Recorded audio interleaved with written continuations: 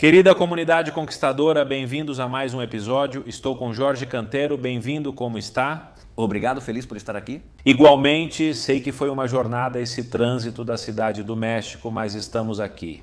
É ridículo, pois venho de perto. Ah, é? Sim, eu venho de satélite. Bom, é que aqui Polanco é sempre um assunto. Dar voltas aqui demora mais que chegar. Já que estamos no Caragilo, vamos te chamar para um caragilito e conversar. Fenômeno. Tudo bem para você? Por mim, tudo bem. Ei, obrigado pelo seu livro chamado Ser Homem, a masculinidade como defesa do bem e da vida, além de costumes obsoletos e modernidades estéreis. Eu gostei. É sobre isso que quero conversar hoje, porque parece que ainda não encontramos um significado que possamos normalizar ou interiorizar sobre o que é masculinidade, o que é ser homem. Podemos começar por aí. O que acha? Claro. Por que decidiu escrever sobre isso? Porque a modernidade exige isso, porque os tempos pedem isso pra gente, Johnny. Quer dizer, de verdade, já faz muito tempo que estão pedindo isso pra gente. Nós, homens, não demos vou dizer assim, um golpe na mesa para depois levantar a mão e dizer: este é o nosso lugar no mundo. Permitimos que uma variedade de coisas diferentes fosse nos dizendo isso. Durante muito tempo foram as necessidades imperativas de sobrevivência que exerceram força sobre a evolução. Depois vieram as necessidades de civilização e de cultura. Nos tempos recentes foram posturas mais feministas, o que não tem nada de errado. Ou seja, acredito que o feminismo é vital, saudável, porque existem dois tipos de feminismo. Sem dúvida, existem muitos feminismos, mas de modo geral há pelo menos dois. Um vital, um sintomático, um que busca a conciliação, a reconciliação, que todos sejamos iguais. E outro que está muito irritado. Muito radicalizado. Muito irritado, já procura em quem descontar e outros acabam pagando por isso. Toda uma variedade de personagens diferentes, entre eles, é claro, o homem. Bom, esse não, mas o feminismo vital com certeza também começou a tentar nos dizer qual era o caminho. Isso é o que se espera de você. Mas acho que o homem demorou muito tempo para levantar a mão e dizer: é que nós é que temos que nos definir. Porque nós sentimos o que é ser homem, vivemos o que é ser homem, agimos como homens, mas não nos demos essa tarefa. Estivemos ocupados ou distraídos com outros assuntos. E recentemente também alguns muito radicalizados e muito irritados. Sem também propor nada, ou seja, só reclamando, mas também não propondo nada, e outros sumindo e também não propondo nada. Deixa eu ver se entendo essas nuances. Um é o que busca uma masculinidade saudável, outro poderia ser o famoso machão e outro é o príncipezinho. Poderíamos dizer. São como os matizes. O termo príncipezinho, pelo que entendo, está em alta e é interessante. É o que se entende hoje. Veja, eu chamo esse personagem de não homem pós-moderno. Ok. Parece complicado, mas não é. Refiro-me ao homem que é muito sensível, muito emocional, muito ecológico, está muito em contato com o mundo e não tem nenhuma vontade de incomodar ninguém. Ok? E por isso ele se tornou inofensivo, mas pior ainda, ficou infantil. Ok. Ele virou praticamente uma criança. Ele se relaciona com o mundo a partir de uma anulação da sua vida adulta, da sua masculinidade. Ele a anula como se o mundo tivesse dito para ele: ser masculino está errado, então você tem que anular isso. E foi aí que ele ficou. Quais opções tem um homem que não desenvolve masculinidade? Ficar como uma criança. Ficar como uma criança? Ficar pequenininho. Isso é igual ao que também chamam de castrado, que é como essa pessoa que perdeu esse poder ou que se rendeu na relação, que disse: eu já não aguento mais isso, ou não? Veja, eu sou psicanalista, então não sou estranho ao termo castração. Para a psicanálise é fundamental em nossas teorias e tudo mais.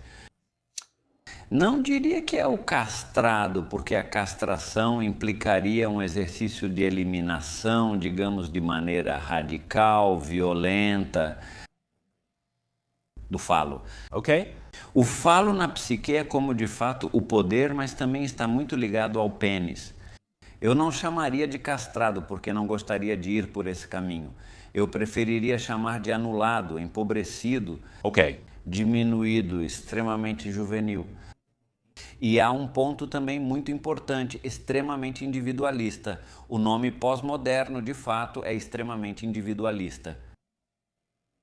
E é que há uma razão para isso. Ou seja, a masculinidade, como eu a concebo, é um sistema relacional. Ou seja, a masculinidade não faz nenhum sentido sua instalação, digamos, no corpo masculino, se não for para buscar uma relação.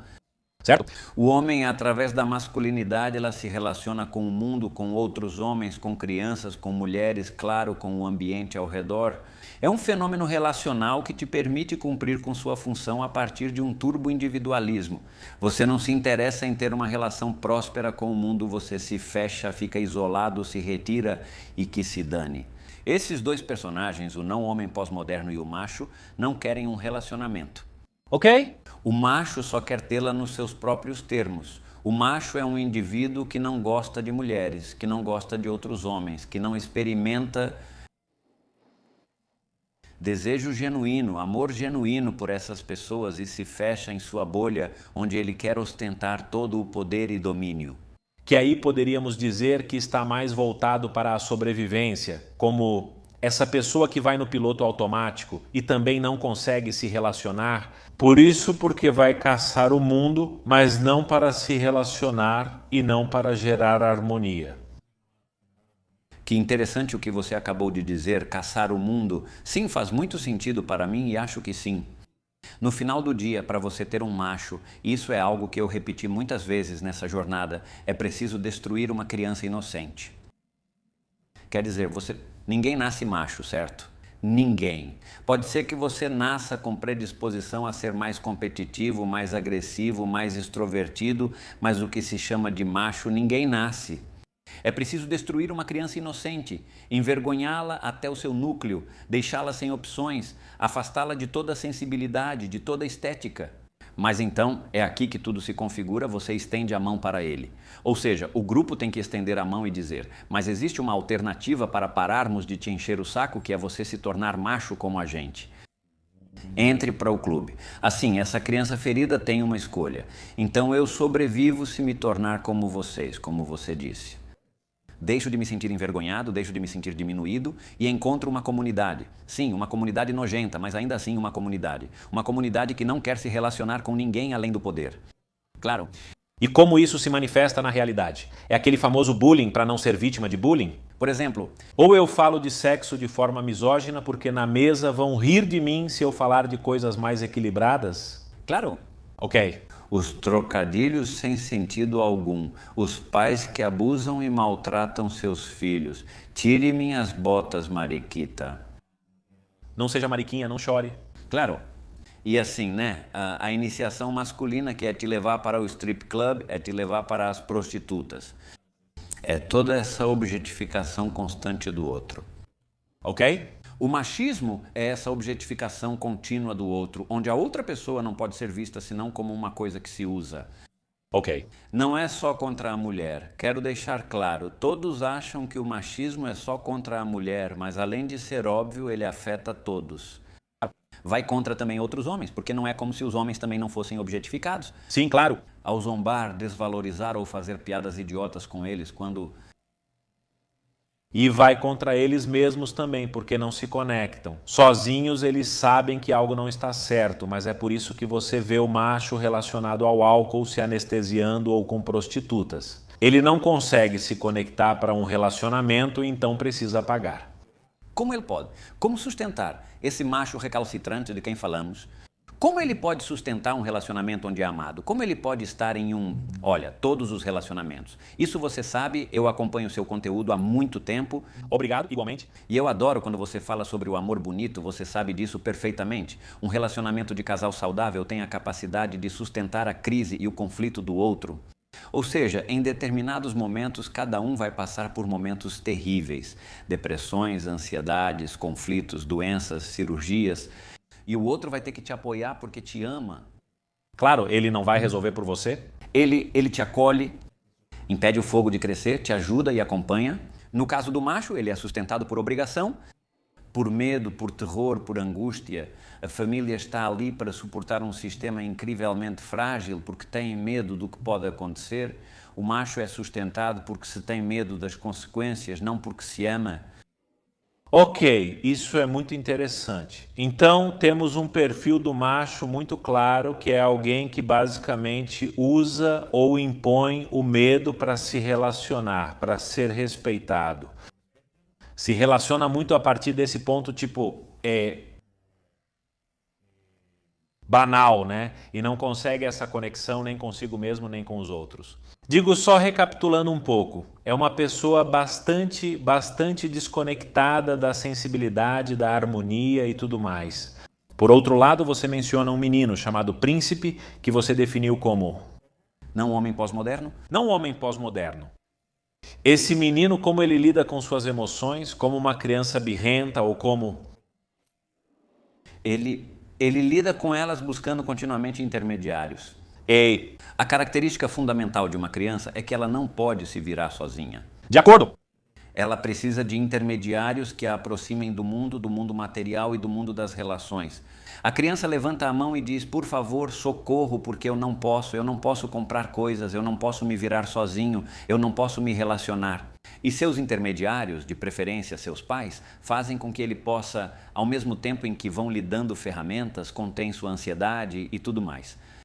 Modelo de educação propõe que você possa se tornar adulto mais cedo ou mais tarde, mas infelizmente esse não homem pós-moderno, nesse terror assustador de abraçar sua masculinidade, não lhe resta outra opção, ou seja, o machismo também não é opção. Então só resta se anular e continuar infantil, pois assim ele não sofre. E as emoções dele como ficam? Mundo, me ajuda, por favor, não consigo arrumar um emprego, não consigo cumprir minhas funções em casa. Tem algo que acontece com o não homem pós-moderno que é muito interessante, que é essa incompetência conveniente, né? Eu não consigo resolver que outra pessoa faça. Eu não consigo trocar uma lâmpada, não consigo tirar um carro, não consigo consertar, não consigo me responsabilizar por certas tarefas porque eu não sei como. Parceira, você poderia? Então é curioso porque não há uma agressão direta, como no caso do macho, né? Não há uma agressão física, não há uma zombaria. Mas há uma carga. Há uma carga. Isso é muito agressivo a longo prazo. Claro, a parceira do não homem pós-moderno acaba tendo que lidar com o próprio problema e com o do outro. Então, com muitas mulheres com quem eu conversei, é tipo, por favor, se você não vai resolver um problema meu, não me traga mais problemas. São homens que dão muitos problemas, mas o interessante é que eles são tão sensíveis, tão fofos às vezes, tão simpáticos, que parecem inofensivos e realmente são. Esse é o problema, não tem garra. Não são alfa, A força. Ai, não gosto de ficar parado. não são líderes, Não são fortes. não são fortes. Não são aguerridos. Sabe o que eles não são? Não são cavalheiros. Eu quero resgatar muito essa obra e toda essa ideia que eu tenho é porque eu quero conectar o homem novamente com os valores da cavalheirismo. Quero conectar novamente o homem com os valores da masculinidade ética, da masculinidade de virtude. Que daqui a pouco vamos chegar nisso e eu vou adorar definir como podemos chegar a esse modelo, né? Mas além dos termos que ainda estamos ajustando, né? Todo mundo está vendo, tipo, qual vai ser essa terminologia e esse glossário. Já vimos duas polaridades muito claras. Mas na polaridade da criança, ou seja, do homem que não é pós-moderno, como é esse nome, vamos ver se eu consigo lembrar. Veja, não homem pós-moderno. Deixa eu explicar rápido. Príncipe. Vou te explicar rápido e você vai entender. Ok, super bem. Houve uma mudança de paradigma já faz alguns bons anos para cá, onde as filosofias pós-modernas tomaram o controle do coletivo acadêmico, mental, social, né? Essas filosofias que dizem não existem valores, não existe verdade, tudo é opressão, tudo são desculpas para o poder controlar, então tudo é relativo. E a partir daí os modelos de relação foram mudando, certo? Então, esse não homem quer dizer um indivíduo, um homem que não conseguiu abraçar sua masculinidade, portanto também não é um homem adulto e maduro, porque se deixou levar pela pós-modernidade, se deixou levar por toda essa lógica pós-moderna, onde todo o valor, toda a verdade e todo o bem estão anulados. Então não faço ideia do que diabos eu tenho que ser. Então, essa é a consequência dessa pós-modernidade. E me corrija ou me confirme, mas o feminismo influenciou. O feminismo, principalmente o que estamos falando, o radical, influenciou nisso. E se gerou o match perfeito, mas da pior maneira, da mulher que, por querer igualdade, o que achamos muito bom, Achamos perfeito. acabou dominando e o outro acabou sendo carregado. E agora a mulher, porque eu ouço isso em todas as conversas com amigas, alunas e tudo mais, me dizem: Johnny, é que agora eu carrego tudo nas costas. Meu parceiro parece mais meu filho do que meu parceiro, não me apoia, não tem uma equipe e não sei o que fazer. E pensam, obviamente, que é só um problema delas, mas não é só delas, é cultural, social. Sim, além disso, como você disse recentemente, quero reforçar, é violento. É violento. Quer dizer, me parece que para certos homens, e me perdoem por dizer isso, mas eu vejo isso na clínica o tempo todo e nas pesquisas que comprovam, é muito conveniente se anular, porque a realidade é que ser homem com um H maiúsculo é muito cansativo, é muito pesado, é muito difícil, exige muito sacrifício, exatamente como ser mulher, exatamente como ser humano. Exige muito trabalho, muito desgaste. E então, claro, é muito conveniente se anular. Quer dizer, caso contrário, você tem que crescer e se tornar um adulto que já não precisa de mediadores, Johnny. É muito conveniente para esses homens, foi muito bom, claro. Me carregue, por favor. Mamãe para a vida toda. Socorro. Sim, claro. Eu não posso, deixa eu ver. Ei, e não é que um homem tenha que dar conta de tudo. Eu acho que um homem maduro e masculino sabe que não pode dar conta de tudo, sabe que faz pouquíssimo tempo, quando vim para cá, um vídeo meu recebeu o comentário: vamos ver, segundo você, no que preciso me transformar para ser homem? No Schwarzenegger, no Bruce Willis, no Mel Gibson. E aí eu fiquei olhando a mensagem e, claro, vou responder para ele e digo: não, eu preferiria que você se tornasse você mesmo, que fosse você, mas que fosse uma boa pessoa e que pudesse usar suas forças a serviço do bem. E que você corrija e aprimore seus defeitos. Eu adoro isso. Quer dizer, eu sou um burro para encanamento, sabe o que eu posso fazer? Ligar para um encanador, resolver meus problemas, em vez de tentar consertar algo que não sei e piorar a situação. E de qualquer jeito você está resolvendo? E de qualquer forma, não estou pedindo para minha esposa assumir mais uma coisa além das milhares que ela já cuida. Sabe para o que mais eu não sou bom?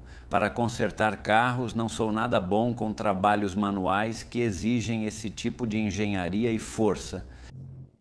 Não, eu sou muito bom para escrever, sou muito bom para desenhar, sou muito bom para dar terapia. Então eu coloco isso a serviço do público, coloco isso a serviço das pessoas, coloco isso a serviço da minha família. Pronto, é uma atitude de serviço. Adoro isso. E de forma muito intencional, estou adiando a definição do que vamos chamar de masculinidade e como podemos desenvolver essa integração.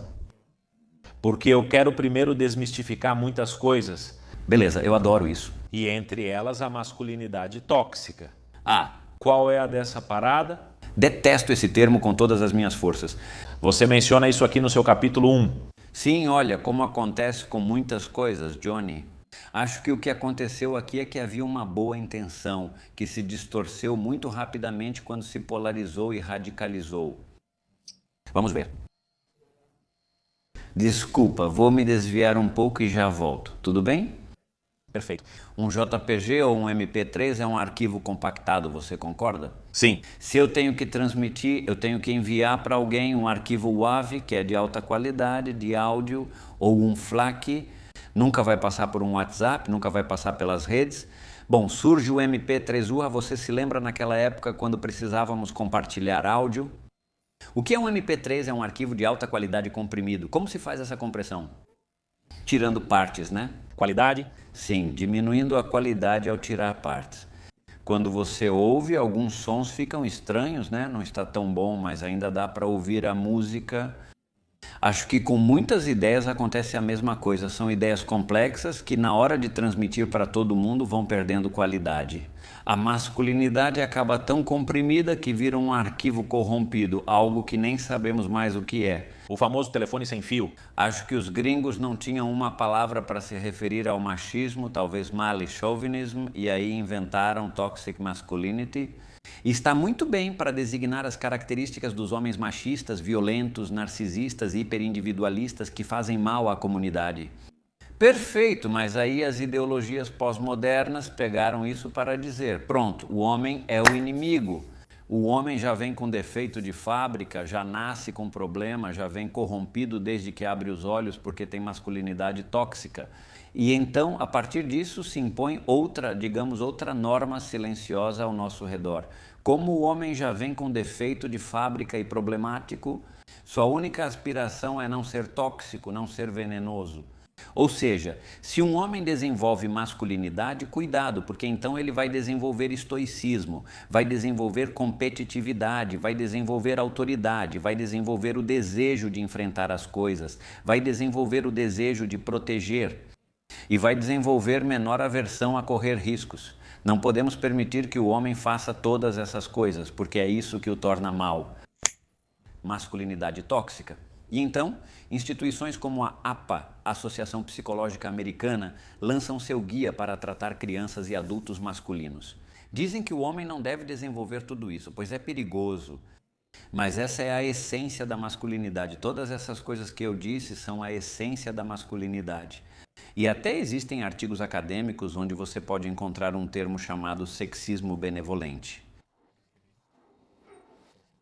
Proteger, cuidar, prover, ter autoridade, ser uma pessoa firme, ser uma pessoa corajosa, ser uma pessoa estoica. Acabei de descrever para você e convido o público a procurar sexismo benevolente.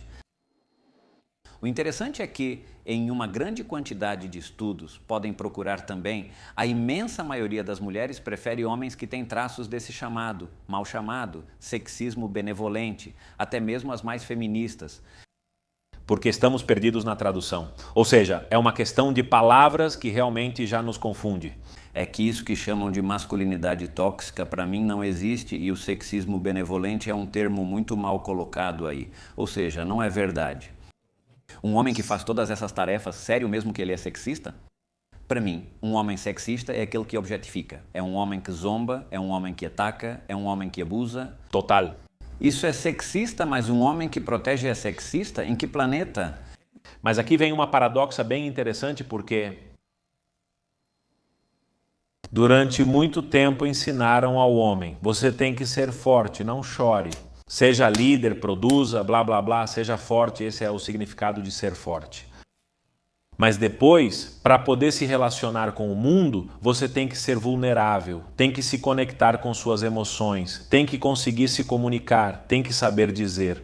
Não sei fazer isso, vocês podem me ajudar? Ou simplesmente não consigo carregar tudo sozinho. Meu time, podemos delegar responsabilidades. E existe um paradoxo, porque então como estamos tão perdidos em todas essas etiquetas?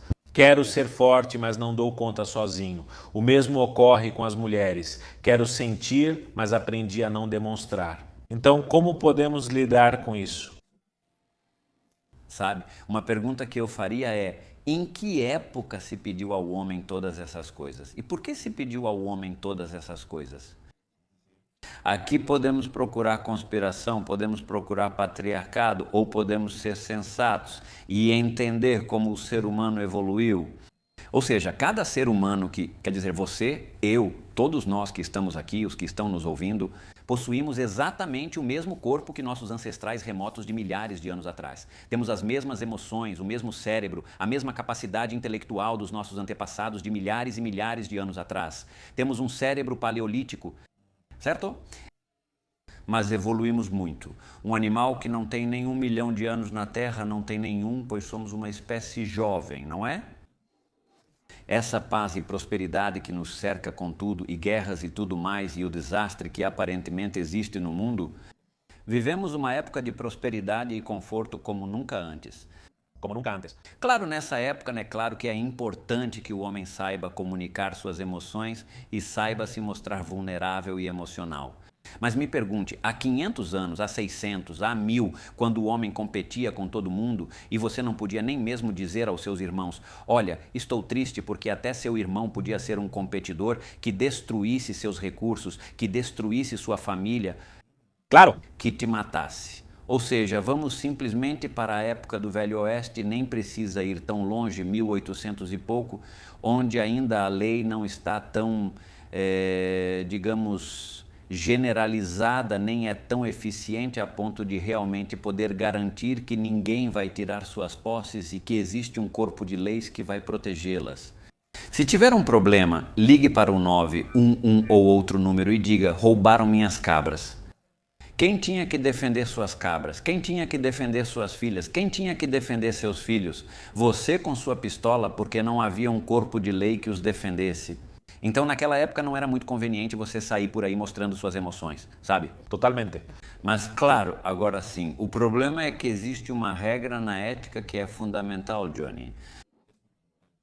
O dever sempre está subordinado ao poder. Se alguém não pode fazer algo, como você exige isso dessa pessoa, como você transforma isso em um dever? O homem não tem linguagem, não tem comunidade, não tem um lugar seguro para mostrar suas emoções, mas tem que fazer isso. Como a família reage atualmente quando um homem chora? Não, aí o sistema desmorona. Depende da família? Claro. Pode ser que existam famílias que o acolham e digam: sim, sim, papai. Sim. Sim, cara, pode ser, mas não vamos nos enganar, não existem muitas assim. E se eles fizerem isso que eu conto? E hoje meu pai é uma pessoa muito trabalhada, mas em um momento ele não foi, e nós, principalmente eu, o acolhi. Isso parecia muito nobre, mas me custou caro. Vamos ver. Porque eu me tornei esse arquétipo do forte, do que carrega tudo, do que resolve tudo. De repente, especialmente após me casar, percebi como isso surge nos relacionamentos. Dando todo um mundo para minha parceira, que para mim é muito difícil de sustentar, e percebendo. E eu, onde fiquei? Porque foi isso que aprendi em casa. Claro. Porque não atendiam ao que eu precisava, já que meu pai, naquele momento, se via como uma criança assustada. Minha mãe se impõe, eu preciso cobrir essa parte, compensar essa parte, digo, você vai me explicar isso melhor. E eu digo, então, desde agora eu tenho que ser um homem e cuidar da mamãe. E assim cuidei dos meus irmãos, e assim cuidei da minha esposa, e assim cuido de todo mundo. Claro. Na verdade, muita gente que trabalhava comigo antes parecia mais meus filhos do que meus colegas, sabe? Quer dizer, eu educava todos eles, eu mentorava todos eles. Não estou à toa na frente da câmera com 9 milhões de seguidores. Esse é meu arquétipo, mas de repente acontecem crises que te despertam. E você vai recalculando, mas então, isso que você diz não acontece sem cobrar um preço de alguém. Claro que não, e é preciso estar pronto para pagar o preço. Porque em nenhum universo eu pensaria em 2026 em dizer para o homem: não expresse suas emoções. Você lembra que eu comecei dizendo: é preciso bater na mesa e dizer, agora é a nossa vez? Eu acho que é hora dos homens criarem comunidade, mudarem a forma como se relacionam entre si, serem melhores amigos, melhores filhos, melhores irmãos, e estejamos muito mais dispostos a criar grupos de homens que acolhem, que escutam, que não chegam. E quer dizer, veja, é lógico que quando você se aproxima dos seus amigos, vai ter risadas, brincadeiras, é a nossa forma de expressar. Mais cedo ou mais tarde você precisaria se aproximar de um homem, de um amigo e dizer: estou com medo, por quê? E então conversar de verdade, né? Se você quiser fazer uma fogueira, assar carne, tomar uma cerveja, claro, mas poder conversar. E que a resposta do homem não seja se esforça, não seja menininha ou viadinho, mano. Ou seja, a resposta do homem... Não dramatizem. Isso é ridículo, que a resposta do homem seja: irmão, te escuto. Ou seja, eu posso dizer a um amigo: te amo, mano, eu também. Olha, felizmente eu nessa fase da minha vida consegui construir relações de amizade muito próximas, com amigos muito queridos, e todos nós já passamos por muitas coisas. Um deles por causa de câncer, outro por doenças dos pais, outro por doenças próprias. Eu com meus próprios problemas. Como você está? Ouvir, se ver e se abraçar sem precisar comentar. Você viu aquela mulher? Não acredito. Que coisa básica, cara. Sim, um bichinho. Quer dizer, básico e vulgar. E então continuamos esperando que o mundo, por favor, venha e nos dê esse espaço, né? Quer dizer, o homem continua esperando. Como não temos linguagem nem espaço, então continuamos esperando. Peço que as mulheres também assumam isso. Claro. Mais uma responsabilidade jogada sobre as mulheres. Só para deixar claro, isso foi sarcasmo, porque hoje tudo é tirado de contexto. Não, deu para entender. Foi sarcasmo. Aqui você cita um sistema trágico que perpetua algo, né? Não sei se é exatamente sobre isso, mas você está levantando o tema e é uma realidade. Olha, eu trabalhei muito em mim mesmo, assim como você. Estou longe de ser perfeito, mas a gente vai evoluindo. Me considero um homem que, ouvindo sua descrição de masculinidade, vou ver quantos itens já cumpro e o que ainda preciso melhorar. Mas eu tenho esse lado sensível muito desenvolvido, e o lado resolutivo também. E eu lidero, mas também às vezes deixo que me liderem, e a gente ainda vai falar sobre tudo isso. Mas às vezes o sistema faz você se sentir tão idiota que você pensa, pô cara, talvez eu seja mesmo o estranho, o patinho feio.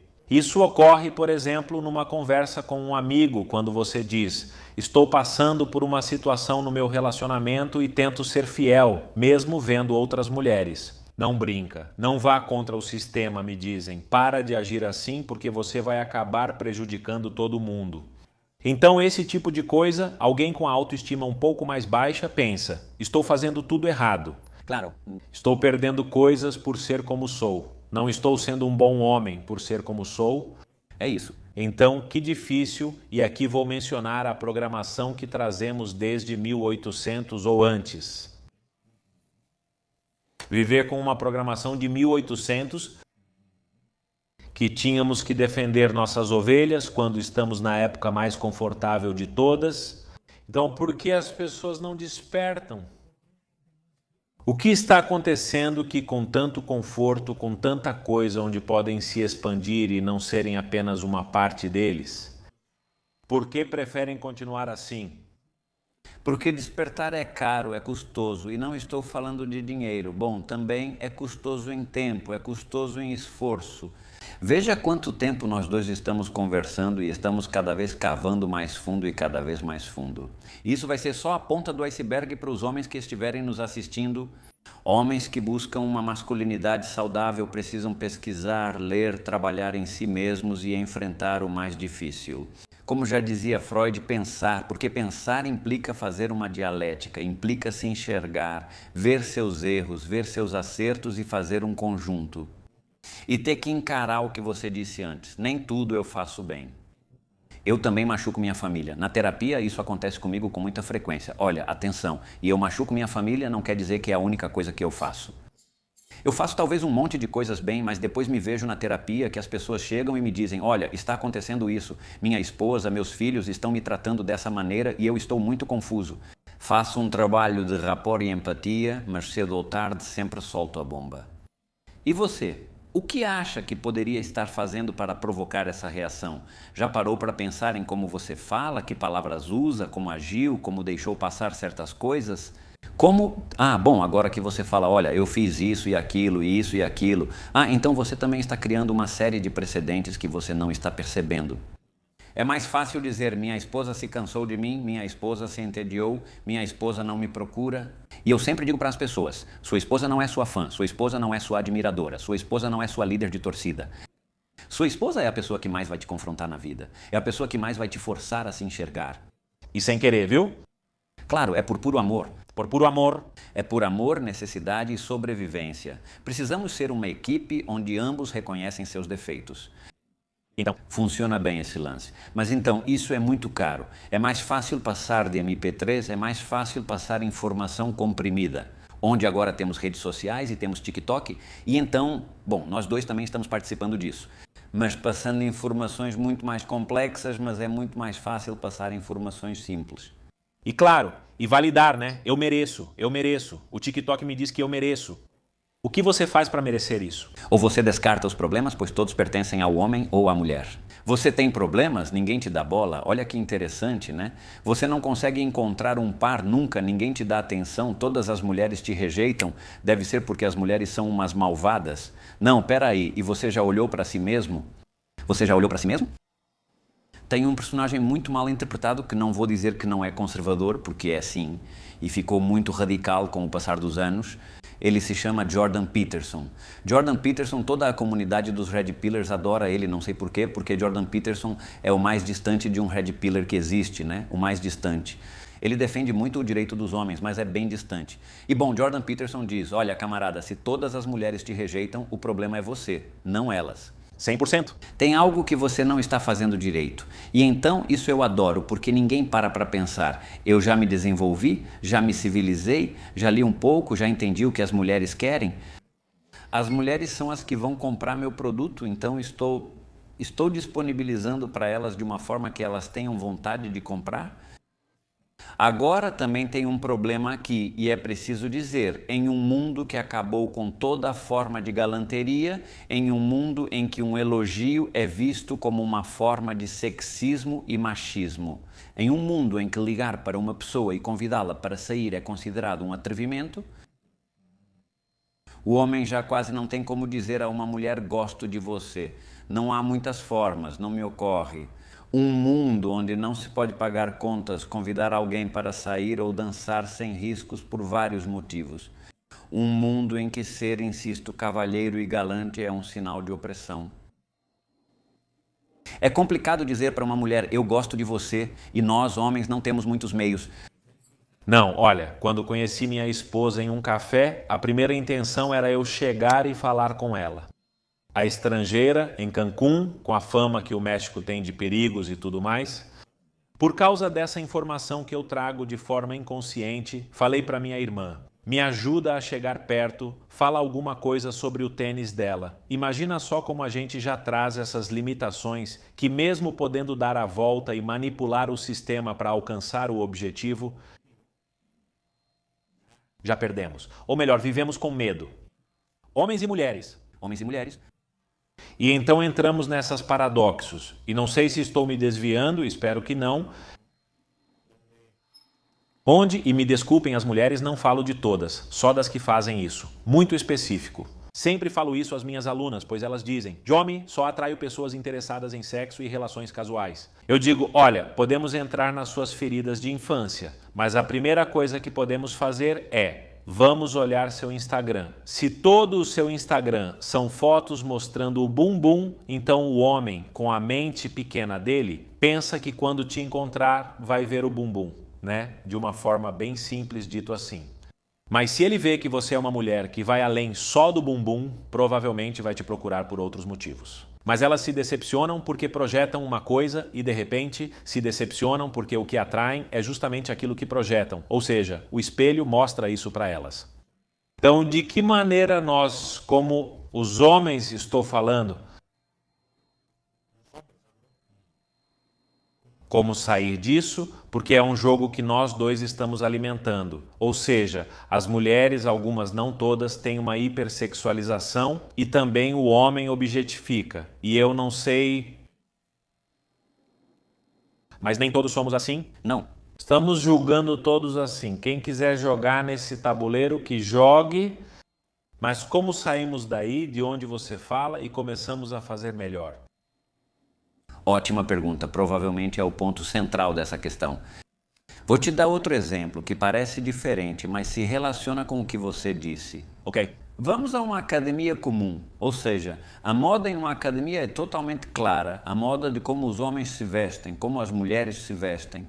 Além disso, depende do corpo que está sendo exibido. Em uma academia, você pode encontrar pessoas que têm um corpo muito trabalhado, que deu muito trabalho para conquistar. Há um erro muito comum que o homem comete. Você vê uma mulher com um top, com uma calça legging justa, dá para ver a forma dela, dá para ver o corpo dela. E o homem imediatamente pensa, eu gosto. Isso é óbvio, quer dizer, é claro que você vai gostar. Mas a segunda coisa que o homem pensa é, ela está me mostrando isso. Portanto, ela está permitindo que eu me aproxime e é aí que eu paro e digo, não, meu amigo. A mulher está vestida desse jeito para ela mesma porque para ela foi muito difícil construir esse corpo. Eu gosto. Levou anos para ela fazer esse corpo e ela gosta. Por que ela não poderia mostrar? Por que ela não poderia exibir? Por que ela não poderia se sentir orgulhosa? Então, o que eu diria para o homem é, primeiro, para sair disso, a primeira coisa é, pare de pensar que tudo gira ao seu redor, camarada. Certo? Nem todo sinal que a mulher dá tem a ver com você. Totalmente. Nem toda foto, nem toda roupa, nem todo gesto, nem toda palavra tem a ver com você. Nem toda palavra é uma sexualização erótica. Te mandando um sinal de eu gosto de você, estou interessado, chegue mais perto. Pode ser simplesmente estou confortável assim. E acho que para os homens é muito difícil entender como. Ou seja, ela não está se vestindo dessa maneira porque quer mandar um sinal. Muitas vezes não, muitas vezes ela só está compartilhando coisas que lhe dão muita alegria. Muitas vezes ela age de modo que a deixa orgulhosa e feliz consigo mesma. Como um homem respeitoso pode se aproximar disso em momentos em que a mulher está muito menos vulnerável? Não chegue perto dela na academia, meu amigo, por favor. Na academia ela está indo para se exercitar. Na academia ela está indo para trabalhar. Lá não é um bom lugar para se aproximar. Não é? Estamos em um momento complicado onde os códigos foram quebrados. Veja, você teve que pedir para sua irmã, me ajuda. Porque, na verdade, embora o lugar fosse ideal, um local onde se está tomando um café, uma bebida, então se supõe que deveríamos poder nos aproximar. Há medo, nós homens já não sabemos se podemos, as mulheres também não sabem se podem mandar certos sinais de abertura e dizer vem. Mas até onde vai o sinal de abertura e até onde elas já estão sozinhas, precisando entender o próprio reflexo? Porque todos estamos a favor de nos celebrarmos, todos estamos a favor de postar o que quisermos, todos concordamos com o respeito e que o homem não é o centro de tudo. Porém, parte disso é responsabilidade individual. Olha, como você disse, se eu comercializo o meu produto dessa maneira, vão querer comprar dessa maneira. Olha, acho que o problema que a humanidade está vivendo é uma turbo-individualidade severa. E de fato, sim, todos nós, homens e mulheres, estamos transformando nosso corpo, nossos afetos, nossas profissões em coisas. Já Erich Fromm, desde os anos 60, tentou nos alertar sobre isso e não demos muita atenção. Erich Fromm tem 3 livros maravilhosos que até hoje continuam sendo publicados e lidos, que são Ter ou Ser, Da Posse ao Ser, que são 2 livros diferentes, e A Arte de Amar, que todo mundo conhece, e a luta de Fromm era ouçam. Estamos transformando o afeto, o vínculo, as relações, o corpo, a psique, a alma, em coisas que podem ser vendidas e compradas, exibidas em produtos. Estamos nos desvalorizando. Isso está acontecendo com todos nós, seres humanos, que estamos incrivelmente preocupados com a forma como somos percebidos, consumidos. Estamos nos colocando diante do mundo como objetos de consumo. E eu não sou tão radical a ponto de dizer que a única função do sexo é a reprodução, porque isso não é verdade. Mas nós banalizamos a sexualidade de uma forma quase ridícula, onde esquecemos que em um orgasmo médio são liberadas ocitocina, vasopressina, dopamina, e só com isso você já fica preso. Ou seja, esse negócio de sexo casual nunca é tão casual assim. Desculpem, pessoal, nunca é realmente casual assim. E o cérebro não entende de convenções sociais, o cérebro não liga nem um pouco para o que você acha, né? Para o cérebro tanto faz. Quando você libera essas substâncias, cria-se um vínculo, criam-se afetos, proximidades. E isso é apenas sobre o sexo que foi banalizado. Claro! O comportamento humano foi banalizado. Há uma pergunta que muitos homens e mulheres me fazem que é: você acha que se a mulher que no final bem... Bom, eu realmente acho que é ela quem acaba decidindo se vai haver sexo ou não. Se ela não cedesse tão rápido hoje em dia, continuaria se banalizando tanto assim? Digo, é responsabilidade dos dois, claro. Mas me perguntam muito isso. E há um debate polêmico nas redes sobre isso. É que mulheres, e entre as próprias mulheres, dizem: vamos parar de, como você disse, nos desvalorizar. Ou seja, estamos entregando tudo muito rápido, com um significado de empoderamento.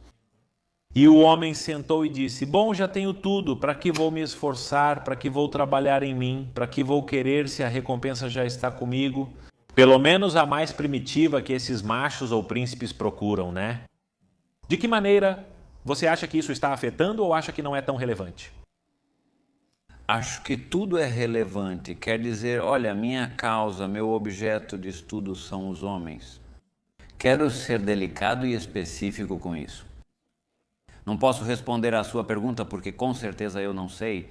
O que eu sei é o que nós, homens, poderíamos fazer a respeito em todos esses casos. Ok? Para melhorar a situação. Eu gosto. Eu acho que a sexualidade é maravilhosa. Acho que a sexualidade é preciosa. Acho que é um presente sermos uma espécie que pode desfrutar de uma sexualidade livre, sem restrições, simplesmente pelo fato de desejá-la. Me parece que, como em todas as questões humanas, nosso problema é que não somos regidos pelo instinto. O ser humano é regido pela lei. É regido pela lei, primeiro da sua consciência e depois pelas leis que foi instaurando para tornar tudo isso mais manejável. Leis de etiqueta, leis sociais, leis culturais, leis jurídicas. Ok? Porque nós não temos tanto prazer em obedecer a esses impulsos instintivos. Certo? Que nos dizem a todo momento o que é correto e o que não é, Então, é um presente desfrutar dessa sexualidade. Mas o problema é que, como tudo, deveríamos entender que ela tem seus limites, seus perigos e seus custos. Sua forma de se relacionar sexualmente com os outros também traz consequências. Claro, você vai ter trocas, vai ter transações, me desculpe por usar um termo comercial, mas mais do que transações econômicas, estou me referindo a transações afetivas, transações de direitos, de obrigações e tudo mais. Então, eu acho que todos nós, homens e mulheres, deveríamos ser muito mais cuidadosos em como nos relacionamos sexualmente. Deveríamos ser muito mais estudiosos do que está em jogo, deveríamos abandonar radicalismos. Não é possível que até hoje queiramos continuar regulando a sexualidade por meio da religião. É absurdo que até hoje continuemos querendo regular a sexualidade por meio do pecado, da religião da pureza e da virgindade. Chega, não conseguimos pensar em formas melhores? Ou seja, o humanismo não conseguiu cumprir sua promessa de ter virtudes e regras que nos ajudem a ter um vínculo e uma relação muito mais natural, agradável, saudável entre nós. Acho que é aí que temos que entrar. Não porque há um medo de um prejuízo moral. Acho que nesses termos mulheres não se entreguem assim. Porque vocês estão abrindo a porta para os infelizes, estamos abrindo uma porta perigosa de mancha moral. Ou seja, os infelizes vão te procurar porque você está degradando o seu valor. Então o homem percebe que você não vale tanto a pena. Os homens bons não vão se aproximar de você. Não acho que devemos introduzir um fator de valor pecaminoso ou de desvalorização para uma pessoa que usa a sua sexualidade de maneira livre e até mesmo desordenada.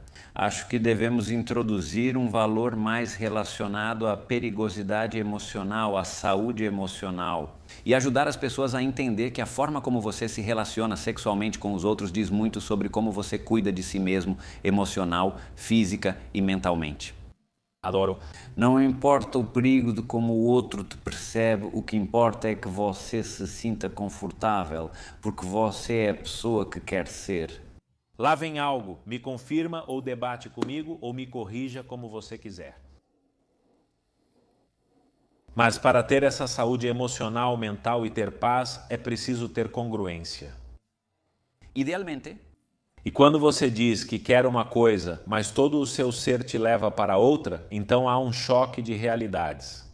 Pode ser tanto a mulher que diz querer um relacionamento sério, mas toda a sua forma de se apresentar é, por outro lado, e está nas baladas até às 5 da manhã. Ou o homem que diz querer um relacionamento sério, mas ao primeiro impulso de ver uma garota bonita, já sai atrás dela. E então aqui você mencionou o impulso. Por quê? Hoje vou focar nos homens, pois esse é o tema da sessão. Porque os homens ainda sucumbem aos seus impulsos? Porque ainda se normaliza a infidelidade como parte do sistema? E por que não reconhecem que ainda existe um poder maior chamado consciência? Quer dizer, o impulso eu sinto porque sou um ser humano, mas não preciso ser governado ou obedecer esse impulso. Uma analogia rápida, ou melhor, uma anedota rápida. Eu digo para esses dois amigos, é que eu busco ser fiel porque é isso que eu quero. Sim. E se algum dia eu quiser me abrir, a primeira pessoa para quem vou falar é minha mulher. E aí, o que você acha?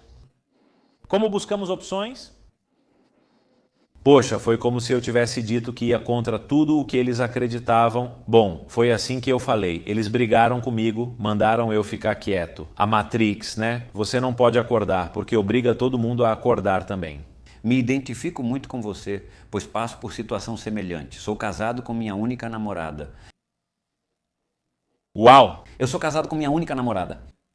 Não foi por falta de tentativa, viu? Tentei várias vezes, mas ninguém disse sim. Só minha esposa, com quem estou casado há 21 anos e quase 30 juntos. Quantos anos você tem? Quase 50. Mas você não parece... Sim, 49. Em julho... Bem, muito bem. Em julho faço 50. Olha, já estamos juntos há muito tempo. Ela foi minha única namorada e minha única parceira sexual. E eu não tenho interesse em mais nada.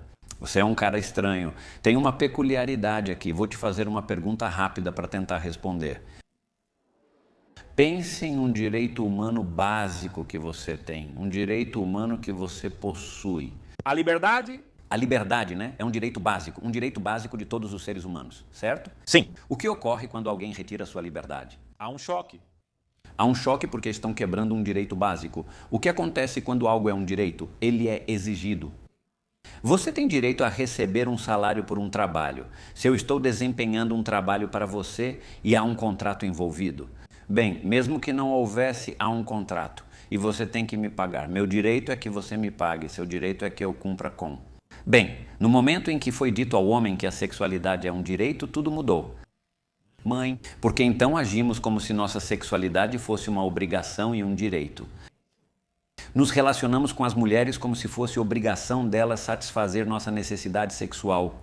Ou seja, aqui há dois problemas fundamentais. Ver a sexualidade como um direito e homologar toda a resposta sexual humana à resposta sexual masculina. Veja, nós homens temos uma coisa maravilhosa. Bem, existe um mito, viu? Muitos acreditam que homens são estáveis hormonalmente, mas isso é falso. Eu também acho que é mentira. Isso é besteira. Os homens são mais instáveis hormonalmente que as mulheres. Uau! Como não menstruamos, isso não é perceptível? O que acontece é que nossa resposta sexual é estável. Nós podemos estar prontos para o sexo e temos desejo sexual o tempo todo, sempre.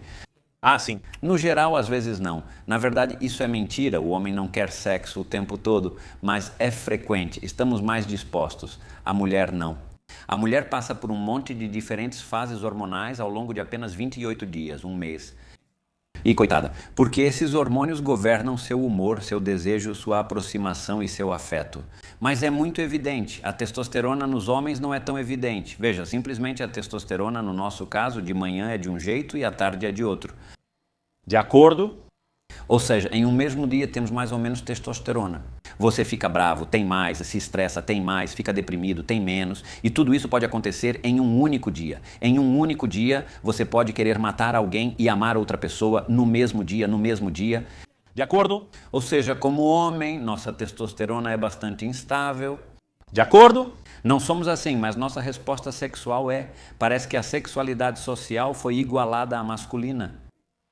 É preciso querer ter sexualidade o tempo todo. Por quê? Porque você pode. E depois, além disso, virou um direito. Isso é anacrônico, vem de muito tempo, quando achávamos que precisava ser assim. É uma das barbaridades que nós homens cometemos. Aliás, a sexualidade tem que ser masculina. Sim, mas e se mudássemos o jogo e disséssemos, agora os valores culturais da sexualidade serão femininos? Ah, então precisaríamos aprender sobre os ciclos hormonais, os tempos e os ciclos do desejo? Claro! Eu te devolvo a pergunta. E se homens e mulheres aprendessem sobre a sexualidade um do outro? E se os homens... De acordo. E se lêssemos livros sobre o funcionamento do mundo hormonal feminino? E se as mulheres lessem sobre o mundo hormonal masculino? E se, ao invés de competir sobre qual sexualidade é melhor, disséssemos, me interessa esse relacionamento com você, não? Vamos estudar um pouco como é a pessoa que está na minha frente, por que ela gosta dessas coisas e por que não. Por que o homem se tornou tão intolerante a ponto de não conseguir ficar sem sexo? Insisto, porque culturalmente dissemos para ele, é seu direito. Então, por exemplo, Johnny, em um relacionamento de casal, a sexualidade oscila. No começo do relacionamento é de um jeito, conforme vai evoluindo é de outro, e depois vamos envelhecendo e vai mudando de novo. E aí não somos tão bonitos quanto éramos antes. Claro. E vai mudando de novo. E depois vem doenças, cirurgias e momentos de tristeza. E é diferente de novo. Não, você não vai ter, quer dizer, é absurdo fazer uma média de quantas relações sexuais por semana você vai ter. Não, a sexualidade saudável costuma ser 3 vezes por semana, mas pode ser uma vez por mês ou a cada 2 meses, dependendo do seu relacionamento. Mas um homem que vê a sexualidade como um direito vai atrás disso. Que seriam os dois polos que falamos, o macho e o não homem pós-moderno. Porque não querem o esforço, querem só a recompensa ou a submissão. Mamãe, me dê a recompensa sem esforço. Claro. Minha paleta por chorar, né? Ou me dê, porque eu mando, né? Saúde? Saúde? Muito bem. Muito bom. Minha paleta por chorar. Eu vou pegar e vou usar. É só colocar aí por Johnny Abraham. Não, não é verdade. Eu adoro, eu também estou aqui, criando muito conteúdo que depois vamos ver e aprendendo muito, sem dúvida também. Então, Os dois têm duas formas diferentes, de duas polaridades, uma a partir da superioridade e a outra a partir, bem, da submissão. Sim, a anulação. Mas parece, e já tínhamos mencionado antes, que o tempo atual se encaixou perfeitamente para eles. Porque assim como a mulher, ele também já está nessa frequência de responsabilidade. Contudo, ou eu dou tudo, ou me abro sexualmente, mas não importa o esforço, porque é a minha liberdade também. Então, o homem, que agora finalmente vamos descrever, o masculino, está ali, de forma ambígua, em um limbo, né? Infelizmente sim, porque os referenciais foram anulados. Ou seja, sabemos hoje em dia que muitos homens não querem ser como seus pais, como seus... Existe uma tendência natural do ser humano de não querer ser como seus pais e seus avós. Claro. Ou querer ser melhor. Hoje em dia, o foco está nesses modelos de masculinidade que não queremos repetir, o que entendo e considero correto. Então, quais são as referências saudáveis quando você tem razão? Um homem resolve dizer, eu sou fiel porque adoro ser fiel, porque amo minha mulher e porque a segurança que essa fidelidade proporciona ao meu sistema familiar não tem preço. Você conhece Eduardo Calixto? Sim. Meu querido amigo Eduardo, em certa ocasião conversávamos sobre monogamia e cérebro, e isso dói muito nas pessoas que não querem acreditar, mas façam um pouco de pesquisa. Já foi demonstrado que há uma correlação importante entre alta inteligência, alta intelectualidade e fidelidade. Ser monógamo. Ou seja, as pessoas monogâmicas, os homens que escolhem livremente, o que não é natural, a monogamia não é natural, mas os homens que escolhem o modelo monogâmico e o seguem tendem a ter um coeficiente intelectual mais alto, tendem a ser mais inteligentes. Devido a quê? Faz sentido. Eles não estão desperdiçando energia, tempo, esforço e mentalidade com centenas de parceiros? Que estupidez! Ou seja, você já resolveu um dos problemas mais difíceis da existência humana, ter um parceiro. Ter um parceiro, ter uma família e ter alguém que vai estar ao seu lado a vida toda. De verdade, Johnny, isso é uma das coisas mais complicadas que existem e você finalmente resolveu. Vou usar todos os meus recursos energéticos, mentais, físicos e intelectuais para enganar minha esposa, mentir e dizer que não é verdade para ficar com outras. Não, ele é muito inteligente. É a forma mais inteligente de usar sua energia, pelo amor de Deus. Mas, meu queridíssimo Jorge, vou te dizer que, assim como você disse que despertar é muito caro, e as pessoas não querem o que é caro, querem o que é barato, o fácil, o rápido, a recompensa, blá, blá, blá. Nem todo mundo, as pessoas que nos ouvem aqui, estão aqui por algum motivo e querem o caminho difícil. Mas muita gente quer o caminho fácil e barato, a recompensa sem o esforço. E então dizem, ai cabrão, eu não sabia que o casamento ia ser assim, que eu teria que me comunicar, que eu teria que lidar com meu estresse, que eu teria que aprender as linguagens do amor, que eu teria que ceder, perdoar, que eu teria que ser fiel e resistir aos meus impulsos, ou melhor, controlar meus impulsos e não ceder a eles. Olha, está muito difícil. Então veja, eu não quero me divorciar porque ela cozinha para mim, ou ele me sustenta, ou pelos filhos, coitados dos filhos. Não, se eu me divorciar, é melhor que vejam um pai infiel. Exato. Sim, sim. Melhor que vejam um casal sofrendo, um casal brigando, um pai infiel e uma mãe sofrendo, isso é muito mais conveniente. E é por isso que chegam a isso. E aqui vamos introduzir um tema que eu gosto e você falou em um dos seus reels. Eu adorei o termo. Eu chamo, assim como Carl Jung, de uma jornada de autoconhecimento. O amor, o casamento, o casal. E você chama de uma academia emocional. Antes de chegar a isso, porque aí já se abre a porta, como você define o homem? Não às distorções do homem, ao masculino, ao... Sei que você não vai gostar, mas como diriam popularmente, masculinidade saudável. Ah, tudo bem, eu gosto. Não, masculinidade saudável, eu gosto, acho que sim. Olha, acho que a masculinidade sempre é saudável, mas veja, é importante que a designemos. Sim, é como o amor, sempre é bonito, se não for, não é amor. Exato, é bom que a gente adjetive assim, olha, me segue e me sigam. Vai. Você nasce homem, não tem nada que você possa fazer a respeito. Você nasce homem e, como diria Heidegger, você é lançado ao mundo, cara. E está aí, simplesmente. Você não teve influência, não escolheu isso, não pode controlar. Então você começa a crescer dominado pelos hormônios, pelos neurotransmissores, pelo seu corpo, enfim. Você vai se desenvolvendo e aí vai adquirindo uma personalidade. Você também não tem nada a dizer sobre isso. Sua personalidade vem da convivência social e dos pais. Assim você vai aprendendo. E até aí, bem, você continua sendo homem, continua sendo um homem, digamos assim. Mas chega um momento em que você precisa se tornar adulto e tem que dar um salto da infância para se inserir na sociedade. E então aí aparece o caráter, que já não é um fenômeno natural, é um fenômeno escolhido, porque aí entra a ética. Você vai aprendendo valores, vai aprendendo virtudes e vai entendendo quais deles funcionam melhor para você ter bons resultados lá fora. Por que a honra? Por que o respeito, a valentia? Por que a tolerância, a frustração? Por que a espera, a paciência, o amor são bons para se relacionar? Você vai construindo o seu caráter e então aí acontece uma coisa maravilhosa.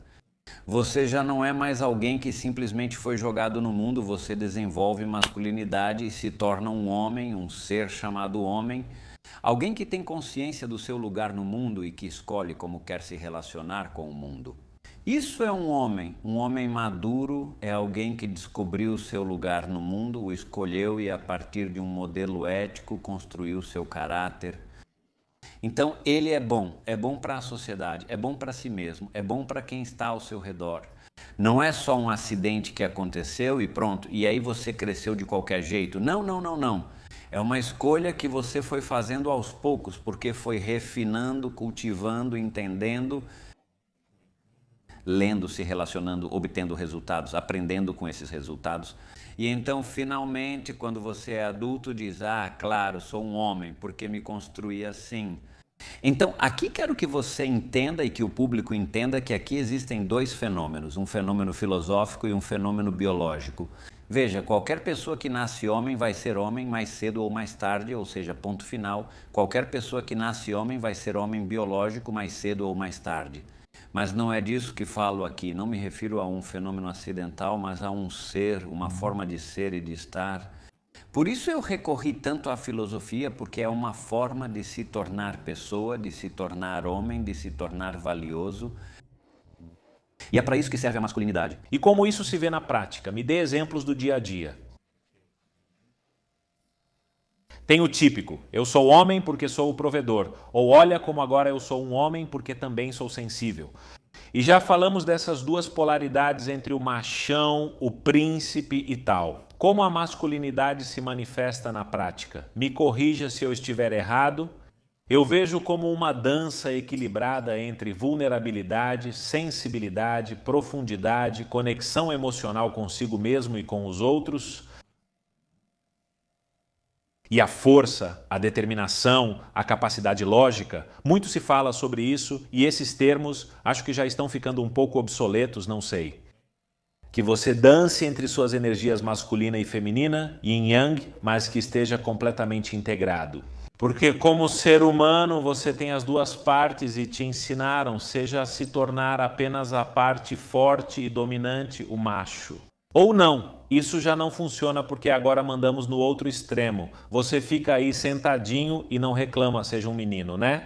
Quando você integra força, sensibilidade e tudo mais, para mim isso é ser homem na prática. Posso estar com minha esposa, apoiando ela, conversando profundamente, crescendo como homem ao lado dela. Mas também posso resolver, também posso prover, também posso pedir o que preciso sem me sentir menos e também posso pedir ajuda. Então, como isso se parece na prática, Jorge? Bom, o problema é que o modelo de turbo-individualidade em que vivemos nos convenceu de que aqui só importa como você se sente e o que dói em você. E o que você busca e o que você quer. E o outro é quase um acessório. No modelo do qual eu parto é um modelo comunitário. Para mim, a gente define sua masculinidade e seu ser homem a partir desse modelo, onde eu percebo como impacto o outro e como me relaciono com o outro. Eu me descubro a partir do outro. Então devo avisar que alguém que esteja muito preso ao turbo-individualismo não vai entender uma palavra do que vou dizer a seguir. O famoso eu sou assim aqui não funciona. Isso, certo? Bem, a masculinidade é um sistema ético, cuja função é uma furiosa proteção, promoção e preservação do bem e da vida. Para isso, utiliza uma série de virtudes, princípios, normas, fórmulas de comportamento. Para equilibrar o que você dizia há pouco, né? Para equilibrar seu temperamento natural e te ajudar a funcionar no mundo. Então, eu tenho, por exemplo, uma criança que nasce extremamente extrovertida, muito combativa, muito agressiva, muito ousada, né? A masculinidade, o que faria ao se instalar esse sistema nele é, de fato, conectá-lo com valores de sensibilidade, de estética, de vulnerabilidade, de carinho, para amenizar toda essa fúria, né? E torná-lo menos destrutivo. Adoro. Mas, por exemplo, se você tem um menino, um homem muito suave, extremamente sensível, muito artístico, muito carinhoso, de repente um pouco assustado, a masculinidade, quando se instala, vai ser o contrário, vai tender a ser mais combativo, mais competitivo, mais forte. E então, porque aqui há um problema. Um homem não pode proteger, preservar e promover o bem e a vida se for inofensivo, e se for violento demais vai destruir a vida. A única forma de proteger o bem e a vida é equilibrando sensibilidade e poder. E então isso tem um valor social. Só como um parêntese e como um truque. Isso que você diz sobre o equilíbrio acontece de forma natural ou o pai e a mãe precisam ajudar nisso? Idealmente deveriam ser o pai e a mãe, mas mesmo que eles não tenham feito isso, então o que você precisa é se tornar sensato e observar suas interações com o ambiente. Você me perguntava como isso se manifesta, não é? Como se manifesta, por exemplo, isso se vê em um homem que está em uma família e de repente ele fica muito bravo porque seus filhos não fizeram o que tinham que fazer.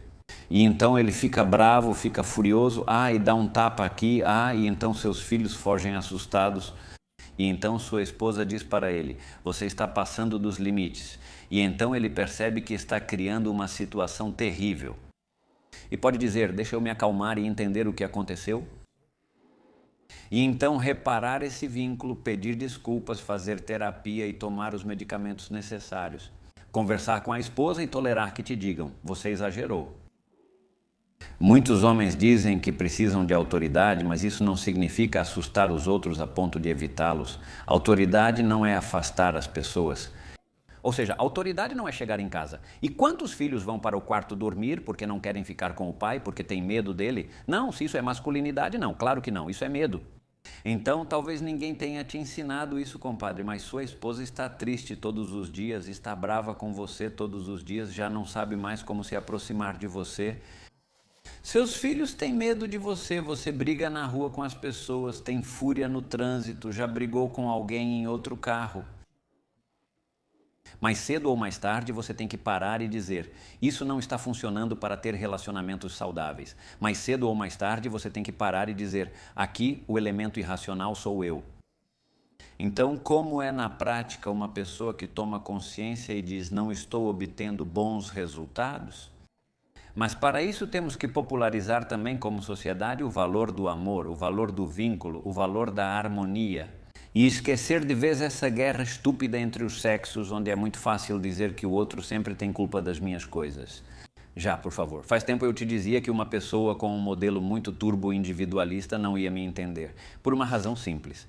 Porque para incorporar esse modelo de masculinidade, você tem que ser capaz de observar o outro e se deixar ser observado pelo outro. Ou seja, eu tenho que ser capaz de observar o resultado que estou tendo aqui e tenho que me permitir ser observado. O que vai me dar a oportunidade de ouvirem, Jorge, isso é muito agressivo, Jorge, isso é muito apaixonado. Minha esposa costuma me dizer, e ela tem razão, sua maior virtude é seu pior defeito. Você é um homem muito apaixonado, você é um homem muito agressivo, você é um homem muito intenso. É legal porque você cria coisas, faz e nunca diz não, sempre segue em frente. Mas você se mete em problemas, porque fica bravo, porque fica frustrado. E de repente, bem, não é legal. E ele tem razão. E quem vai vir me dizer isso, Johnny? Quem vai me dizer isso? Meu pai morto que faleceu quando eu tinha 15 anos? Minha mãe que está em um asilo com demência vai vir me dizer isso? Meus irmãos que eu vejo de vez em quando vão vir me dizer isso? Não, seria bom que minha parceira, que é a pessoa que investiu a vida dela comigo, me dissesse isso e que eu desse ouvidos a ela. Seria bom se meus amigos também me falassem isso, caso vejam. E que é o famoso espelho ao qual a gente tem que dar atenção. Porque se já estamos falando que os pais vêm com referências e informações educativas, e uma programação interna muito obsoleta que continua se repetindo até hoje, porque poucos somos nós, homens, mas espero que cada vez mais, que despertam e decidem fazer as coisas de forma diferente do que lhes ensinaram, quebrando padrões e tudo mais. Pois no casamento é por isso que se torna tão difícil. Por isso meu livro que está para ser lançado se chama Não se case sem saber disso antes. Também compartilho muitas das experiências e habilidades que vocês enfrentarão e precisarão integrar. Ou podem simplesmente seguir no automático, certo? Mas, e aqui eu entro no assunto ao qual queria chegar como o auge de tudo isso, que é o amor. Como uma jornada de autoconhecimento, como espelho, como academia emocional. Sim. Chega a qualquer pessoa, não importa se é macho, se é um príncipe, se é um homem saudável, tanto faz, uma masculinidade saudável, desculpa. Sim. Ao casamento, Sim. passa pelo namoro, o apaixonamento, se diverte muito, fica noivo, o anel, a lua de mel, o casamento, tudo, pum. E de repente nem tudo é como me prometeram. O que um homem deveria fazer? Já estamos revelando isso antes. É ouvir sua parceira, ver seus resultados, ver como você está educando seus filhos. Mas o que um homem deveria fazer para poder integrar sua masculinidade durante o casamento? Como você vê isso aí? Quer dizer... Bom, é que sempre pulamos um passo, falo isso como psicólogo, sempre pulamos um passo. Sempre pedimos para o homem expressar suas emoções, mas ninguém que não conhece suas emoções pode expressá-las. Então, a primeira tarefa é conhecê-las e reconhecê-las. E aqui quero te dizer algo como psicólogo. Nós normalizamos o sofrimento. Sim. O sofrimento nos parece normal. A ansiedade, a tristeza, a dor, a fúria, o desconforto nos parecem normais. Parece ser o preço a pagar por sermos humanos, especialmente os homens.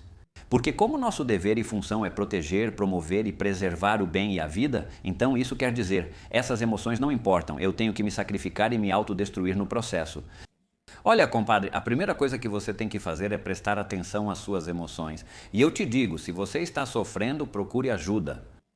Porque assim como ninguém pensaria que é uma boa ideia fraturar uma perna ou um braço e continuar com o braço fraturado, também não é uma boa ideia ficar sofrendo emocionalmente e achar que isso é o que você merece, só porque você é homem. Uma pessoa que sente raiva o tempo todo não está funcionando. Uma pessoa que está irritada o tempo todo não está funcionando. Uma pessoa que está frustrada o tempo todo não está funcionando.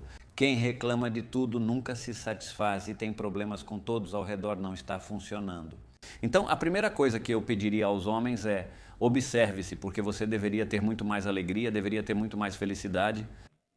Eu entendo a audiência e entendo, Johnny, que nem sempre é assim, pois há trabalhos e estratos sociais muito miseráveis.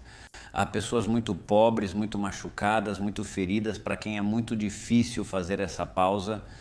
Então eu tenho consciência disso e o que eu quero pedir para as pessoas é, aqueles que realmente puderem fazer isso, vamos fazer, por favor. Quem está em uma posição confortável, mais agradável, eu não gosto da palavra privilegiado, mas quem está em situação mais vantajosa, vamos tentar prestar atenção a tudo isso e vamos tentar ajudar aqueles que não têm essa maravilha, aqueles que não têm essa liberdade, né? E até mesmo aqueles que não têm essa liberdade. Se estão prestando atenção em mim, eu no consultório já tive, Johnny, de tudo. Já atendi pessoas com um poder aquisitivo enorme e já atendi pedreiros e taxistas. Não é sobre classes sociais, mas sim sobre vontade e consciência. Sempre existe um especialista para te ouvir. O sofrimento precisa deixar de ser normalizado. Ponto final. Então o homem pode se olhar e dizer, tenho emoções, não é só ficar com raiva o dia todo como um idiota. Você conhece o Bill Burr? Ele é um comediante norte-americano muito interessante que tem um filme fantástico chamado All That. Tem um sketch que ele lançou recentemente em que fala sobre as emoções masculinas e ele diz, eu até cito isso no livro. Parece que os homens só têm duas emoções, estar bravo ou estar bem. Estou bem e então tudo é. Como você está? Bem. ou furioso, né? E as outras emoções não existem, não são acessíveis. Olha, claro que não são acessíveis, então tem que começar por aí. Acho que a segunda coisa que é fundamental, de fato, é normalizar novamente o mundo relacional do ser humano. Ou seja, acho que tudo isso que você e eu estamos conversando aqui hoje vai ser muito difícil se continuarmos promovendo social e culturalmente que a pessoa mais importante na vida sou eu. Olha, Johnny, se eu me mudar para uma ilha deserta, tipo a de Náufrago, lembra do filme? Sim, sim. Se eu cair em uma ilha deserta e só existir eu, então eu vou fazer o que for melhor para mim, do jeito que for melhor para mim, e é assim que eu vou sobreviver, porque não tem ninguém para estar junto. Porém, quando outra pessoa aparecer, terei que ajustar meu comportamento. Claro. É óbvio, porque se houver outro ser humano, as coisas não podem ser só do jeito que eu quero. Então, o turbo-individualismo apela para uma solidão. E é por isso que estamos ficando sozinhos. Grande tema? Justamente por isso estamos ficando sozinhos, porque estamos ficando em pequenas ilhas desertas, cada um por si, onde não me interessa o vínculo com você, afinal, por que eu mudaria, por que eu observaria como estou te afetando? Se aqui não importa como você se sente, o que importa são as minhas emoções. Você tem que me respeitar, se me ofende, se me machuca, se não gosto, se estou cansado, você tem que me observar. E quando é que você me observa de volta? Ah, não, nós estamos em pequenas ilhas desertas, né? E assim não dá para construir relacionamentos. Por isso, muitos autores dizem que para desenvolver seu máximo potencial, eu também concordo com isso. É preciso estar em casal ou em comunidade. Em comunidade. Claro. Isso acontece porque, como disse, você observa seus resultados. O que você gosta, tudo bem, siga isso, exponencie, desculpe. O que você não gosta é um alerta, é um espelho, é um sinal vermelho de que você precisa cuidar de algo ali. Não coloque a culpa no destino, no cosmos, no seu horóscopo, por favor. E outra coisa que você diz que eu adoro e quero abordar um pouco mais é a solidão. Devido ao hiper ou turbo-individualismo, como é que se compõe esse turbo-individualismo? Porque eu sinto que há um fator social, sem dúvida, desse egoísmo e do amor próprio mal compreendido e do empoderamento e blá blá blá. Também esse estresse que nos consome. Trabalho, casa, perseguindo o sucesso material. E a crença, também muito mal compreendida, de que seu parceiro vem para tornar sua vida impossível e não para refletir aquilo que você precisa crescer. Ou que outros elementos você veria? Eu acho que o que está acontecendo aqui, e quero também fazer uma observação, eu não sou anticapitalista, mas nem de longe. Eu não sei o que eu sou, cara. Tipo, eu não sei em que espectro político eu estou, não me interessa, não tenho nenhum interesse em saber se sou liberal, se não, se sou... Ainda são rótulos que não gostamos, né? O que acontece é que é muito conveniente para a política nos dividir e fazer a gente brigar entre si, no geral, criando animosidades que nem existem. Então, eu não sei onde estou. Olha, eu sei que o sistema que nos governa hoje em dia tem perversidades e erros. E eu sei que esse sistema adora nos fazer sentir sozinhos, irrelevantes, preocupados, porque isso vende muito bem. Ou seja, uma pessoa que tem pouca autonomia, que tem pouca consciência, que sente medo o tempo todo, com certeza vai consumir mais de alguma coisa, vai consumir mais do que quer que consiga consumir. Se você pode consumir muito, consuma muito. Se pode pouco, consuma pouco. Mas como mais aliviar esse terror existencial de hoje? As comunidades asiáticas, tipicamente, como são modelos comunitários, aliviam o terror existencial no grupo. Um dos lugares mais longevos que existem no planeta é Okinawa, um lugar no Japão, onde todo mundo tem uma função social, todo mundo tem sentido e propósito de vida. Todos têm boas relações interpessoais e ótima saúde física, pois se alimentam bem e praticam exercícios. O que acha? As pessoas em Okinawa vivem mais de 100 anos e ainda se divertem muito, mas nas comunidades ocidentais típicas não temos nada disso. Estamos isolados, temos medo, não acreditamos no outro, não confiamos em ninguém. O mundo é ruim, o mundo vai acabar, o mundo vai se destruir, a ecologia, as relações interpessoais, os políticos e as guerras. Todo mundo tem medo e nesse medo o que está acontecendo é uma contração, porque além disso faz sentido. Nosso espectro emocional funciona assim. A tristeza, o medo, são emoções que contraem e isso é necessário. Para que você se cure de um luto, você precisa se contrair. Quando você sente muito medo, você precisa se proteger. A alegria, por exemplo, é uma emoção que expande, que te leva a se integrar. Quem está alegre hoje em dia? Quando você fala de felicidade, ou eu falo de felicidade e dizem, ah, isso não existe. Quem está alegre hoje em dia, todo mundo está preocupado, todo mundo está ansioso, todo mundo está curioso, durante um dos períodos mais prósperos da Terra. Hoje, basta ligar o computador ou a TV para ver que o mundo virou um desastre. E por outro lado, a notícia de que um cientista espanhol está prestes a descobrir como curar o câncer de pâncreas, todo mundo já esqueceu, é uma das melhores notícias dos últimos tempos. O câncer de pâncreas é praticamente uma sentença de morte e esse cara está chegando perto de descobrir como combatê-lo. E quem se lembra disso? Ninguém, claro, pois há muitas coisas difíceis para se preocupar. Então, a reação humana tem sido se isolar. Claro. Se fechar e ficar muito preocupado. Muito preocupado. E caramba... É um mecanismo de defesa? Sim, e acho que isso para esse sistema que nos vende coisas que não precisamos foi muito conveniente.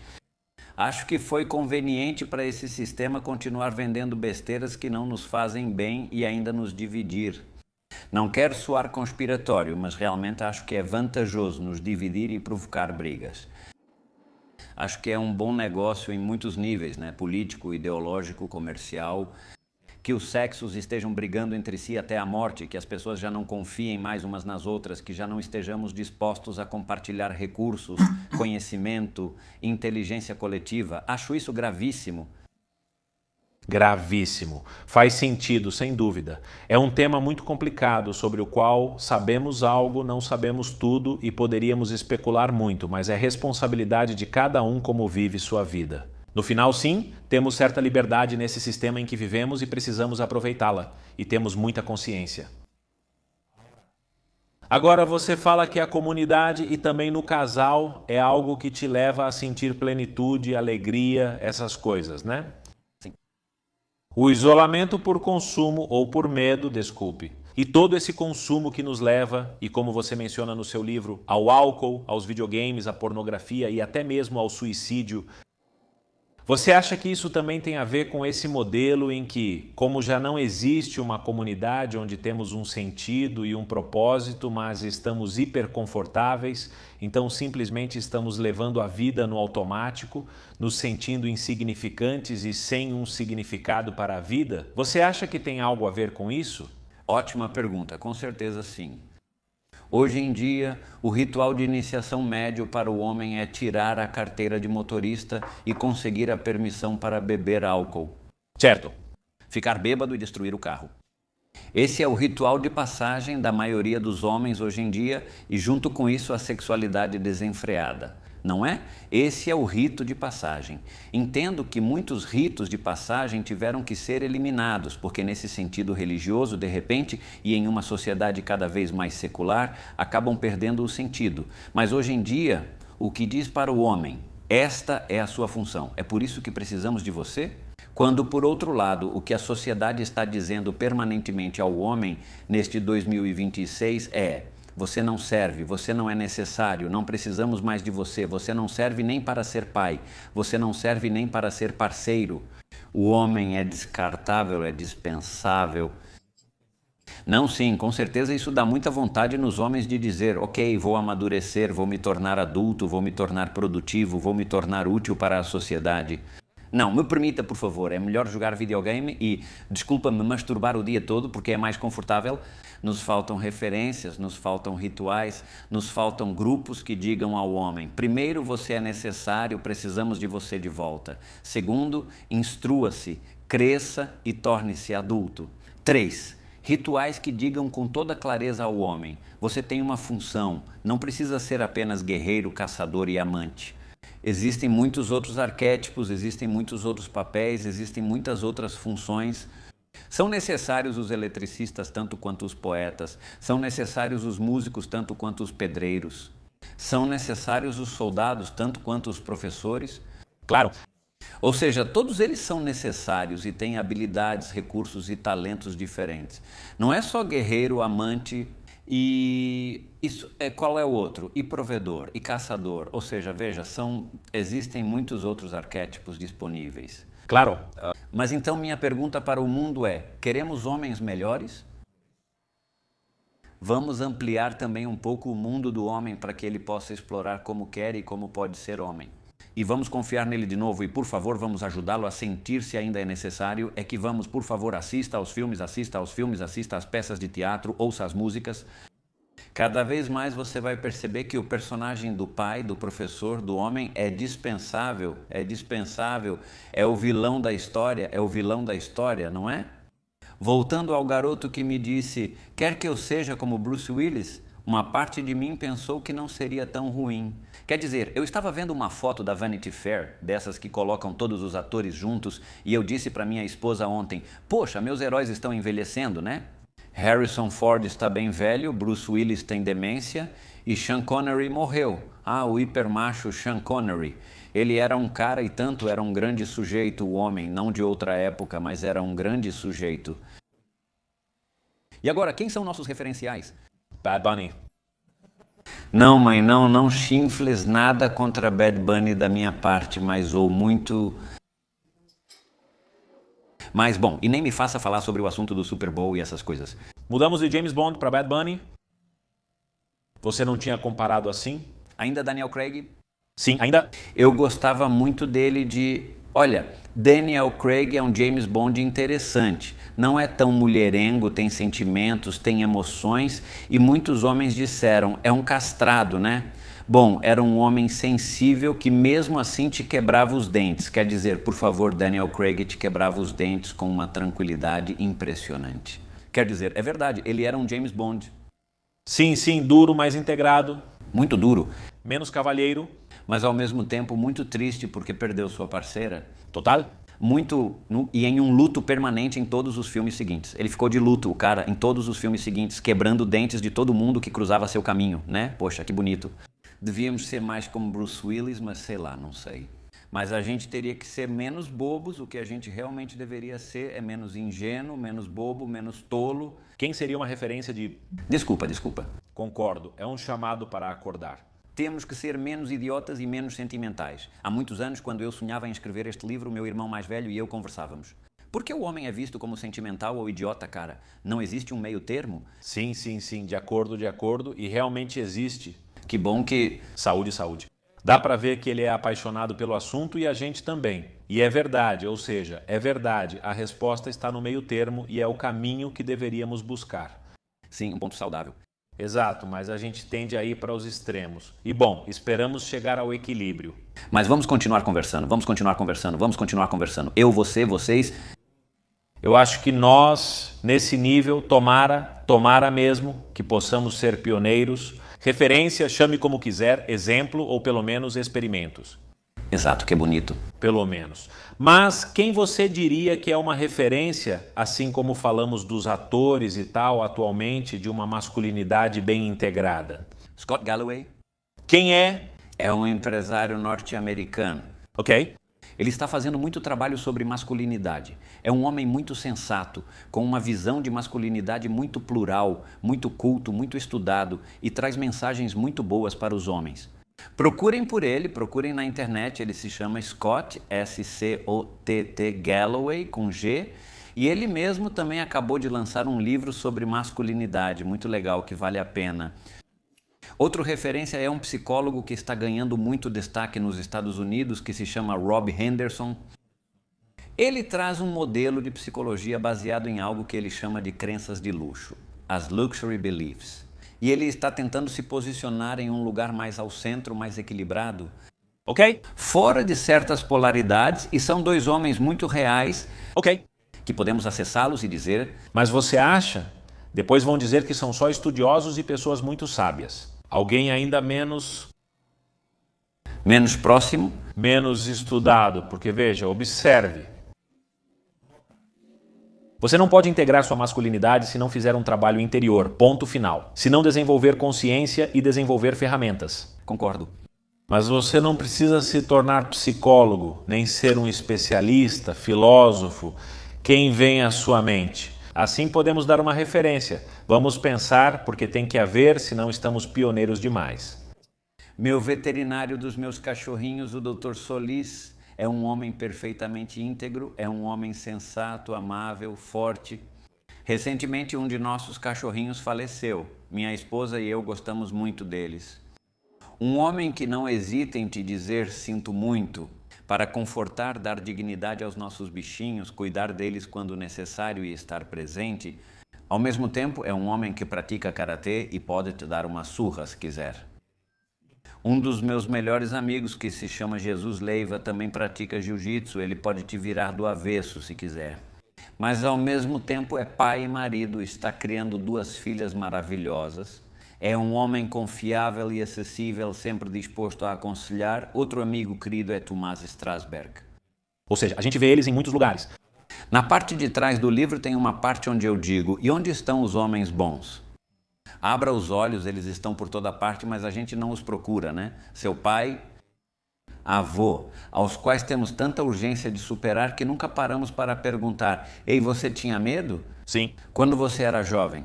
E alguém já te perguntou se você tinha medo quando ficou grávida de mim? Geralmente não perguntamos aos nossos pais o que precisaram sacrificar para nos criar. Total? Nós não costumamos perguntar aos nossos avós, ei, e quando seus pais morreram isso doeu? Ei, e quando você teve que emigrar para o outro lado? Meu pai, por exemplo, que teve que emigrar para o outro lado do mundo, meu pai espanhol, depois da Guerra Civil Espanhola, que não tinha como ganhar a vida lá, teve que emigrar da Espanha para cá, com uma mão na frente e outra atrás, dormindo no chão de um depósito para conseguir trabalho. Não sei, é como se eu adorasse poder perguntar, ei pai, você tinha medo? E você não sabe como eu adoraria poder mostrar isso para ele e dizer, seu sobrenome continua vivo. Uau! Olha que sobrenome incrível, olha, seu sobrenome está aqui. Eu adoraria poder dizer isso para ele. Meu pai não está aqui, mas há outros homens, há sobrinhos, há amigos. Vou aproveitar, já que você me inspirou, e mandar para seu pai também. Mas eu estava falando do meu pai, do que aconteceu, e ele ouve todos os meus episódios. E ver como ele passa por isso, embora eu compense de certa forma o sistema, porque o sistema precisava sobreviver. E depois ver como ele, sendo um adulto que já poderia ter se acomodado e dito, sou de outra época, como ele trabalhou em todas as feridas da infância dele. Apesar de ter um pai que o educou bem, o ama e diz ter dado muito quando o repreendia, pegava o rifle e a pistola. Meu pai nunca encostou um dedo na gente mostrando que eles quebraram padrões. Isso não significa que sejamos perfeitos. Mas aí você percebe que os homens que querem ser masculinos de forma integrada e saudável, ou masculinos por si só, trabalham em si mesmos. Sim, é possível, mas tem que colocar vontade, esforço, trabalho e disciplina.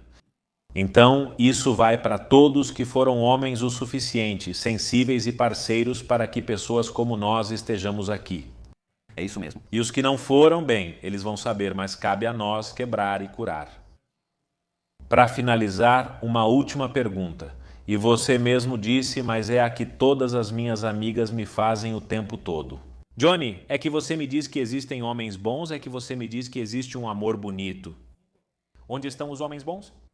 Sei que dissemos que eles podem estar em todo lugar, mas o que você diria às mulheres para não perderem a esperança? Do nosso lado, embora sejamos do mesmo time, o que você diria para elas? Diria que elas deveriam confiar mais em nós. Existem homens muito bons, mas somos homens e infelizmente nós, homens, somos desajeitados, fazemos piadas muito ruins. Às vezes não entendemos como a outra pessoa se sente emocionalmente. Queremos resolver problemas para os quais ninguém nos chamou, queremos soluções fáceis, quando talvez tudo o que a outra pessoa precise seja que a gente escute. Somos homens. Nós, homens, somos atravessados pela testosterona, pela competição, pela tomada de riscos. Às vezes somos meio gorilas. Então, primeiro seria preciso definir o que é bom. Porque para mim, um bom homem é um indivíduo ético, é um indivíduo cavalheiro e é um indivíduo realmente estudado. A regra é muito simples, relacionem-se com pessoas que não são egoístas, que não são egocêntricas. Mulheres, procurem uma série de coisas. Um homem que as faz rir, mas não porque é um palhaço e sim porque tem confiança em si mesmo e tem um bom senso de humor que não faz piada às custas dos outros. Pelo contrário, que seja um bom amigo, que seja um bom filho, que seja um bom irmão. Os homens que realmente não dizem o amor acaba na arena, que não importa onde você mora. Você mora onde for, eu vou te procurar. Um homem que atende às ligações, que fala a verdade, que não te engana, que não diz que não está em um lugar quando na verdade está lá. Um homem honesto, aí vai. Essa é uma pergunta que eu faço muito para as mulheres, principalmente para as que gostam de Star Wars e para as que não gostam de Star Wars. Vocês vão ter que descobrir. Costumo perguntar, quem você escolheria como parceiro, Anakin Skywalker ou Luke? E a maioria das mulheres me responde Anakin. Sim, claro, exceto que Anakin matou a esposa dele, cara. Quer dizer, Anakin enforcou a esposa dele. Não, mas o Luke é um homem pequeno, meio bobo, né? Quando eu era criança e via as imagens do Luke, eu achava que ele tinha cara de pato, sabe? Tipo de ganso. Sim, mas ele é o homem mais poderoso da galáxia. É o único que conseguiu derrubar o Império, redimir o pai dele e colocar tudo em ordem. Ele é baixinho, é magrinho, é nerd, é um pouquinho nerd. Sim, então... Concordo com você, não devemos julgar só pela capa. O físico importa. Mas eles têm que poder conhecê-los, dar um tempo para ver se são coerentes, se são honestos, se têm senso de humor, se esforçam, se cumprem suas promessas, tudo isso. Mas parem de julgar só pela química e pela beleza e porque... Posso te dizer mais uma coisa? Sim. Que ele seja protetor, mas porque quer te proteger, não porque está querendo se exibir. Adoro. Sabe como você distingue um homem cavalheiro? É um homem que te trata com cortesia, porque isso é importante para você, não porque ele está querendo se exibir. Adoro. Sabe, não porque ele está fazendo um show, esses são os homens de verdade. Por isso, deem-se tempo para namorar. Se pulam direto para os braços de alguém, para um relacionamento ou casamento já no segundo encontro, ou em um mês, veem apenas o show, o ego, a apresentação, o personagem. Então, deem-se tempo para namorar, porque vocês vão perceber se essa pessoa pode ser um homem de verdade. Meu querido Jorge Cantero, gostei muito da conversa. Eu também. Se eu não tivesse outro episódio para gravar, esse duraria 4 horas. Obrigado e você será convidado novamente, se concordar. Eu ficarei feliz, atravessarei a cidade para estar aqui. Feliz. Não acaba na tourada, como você falou. Não termina na tourada. Muito bom, então, para as pessoas que nos deram seu tempo, este espaço é para vocês. Obrigado. Obrigado por nos permitir seguir, continuar, existir e por ter essas conversas que nos ajudam, não só aos homens, mas a todos e também às gerações futuras. Se quiserem saber mais sobre Jorge, vão às redes sociais dele. Como você aparece no Instagram, amigo? @jcanterol. Perfeito. Lá vocês já viram que ele oferece terapia, consultas, livros, tudo. E eu também deixo o link de tudo o que faço. Livros, palestras, aulas gratuitas e muito mais na descrição deste episódio. Nos vemos em breve. Não se esqueçam de curtir para que mais pessoas possam ver. Não se esqueçam de se inscrever para que mais vídeos cheguem até vocês e vocês não percam nenhum. Jorge, nós te aplaudimos e nos vemos em breve. Muito obrigado. Obrigado. Fique bem. Obrigado.